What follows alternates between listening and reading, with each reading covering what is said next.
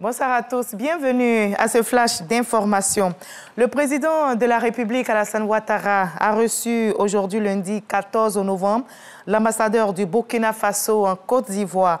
Le diplomate burkinabé en fonction dans notre pays depuis juillet 2016 est en fin de mission. Avant son départ d'Abidjan, il est allé faire ses adieux au président de la République. Les deux personnalités, comme vous le voyez sur ces images, ont salué les excellentes relations entre leurs pays respectifs et affiché leur volonté de les renforcer et les diversifier. Et dans la foulée, toujours au palais présidentiel, le président Alassane Ouattara a reçu l'ambassadeur de l'Inde en Côte d'Ivoire. Ce dernier est aussi en fin de mission dans notre pays. Il y est depuis 2018. Eh bien, avant son départ, il est allé faire ses adieux au chef de l'État ivoirien. Viviane Aimé.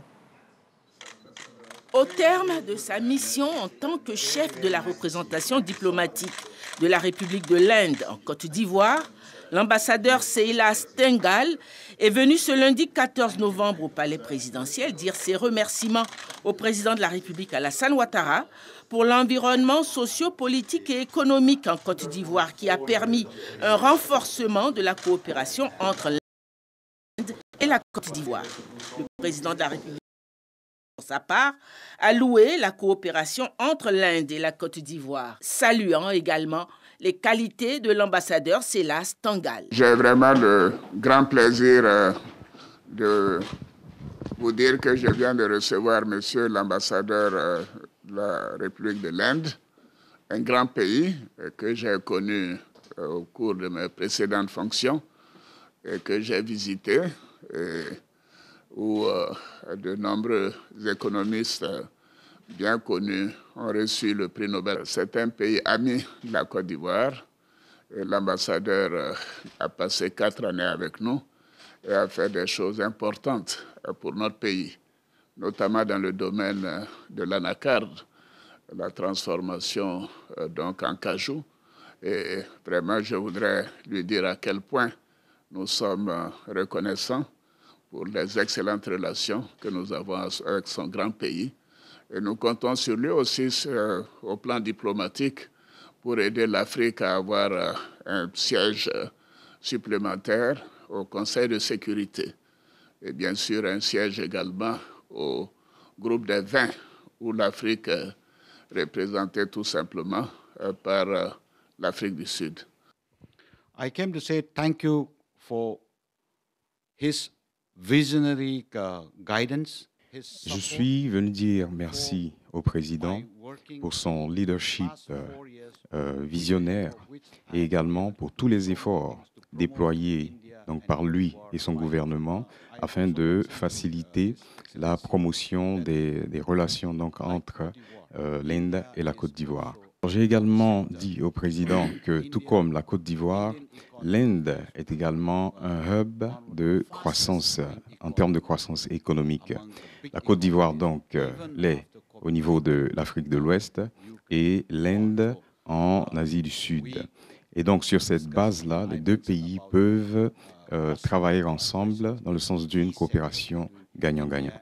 Les domaines clés que j'ai mentionnés au président sont premièrement l'agriculture, le domaine ensuite des TIC, ensuite le domaine pharmaceutique, le domaine de la santé, également le domaine automobile. Alors dans le secteur donc de l'agriculture, j'aimerais prendre un exemple. La Côte d'Ivoire est le plus grand producteur d'anacarde, de noix de cajou donc, et l'Inde est le plus grand consommateur. Un deuxième aspect, c'est que la Côte d'Ivoire importe beaucoup de riz.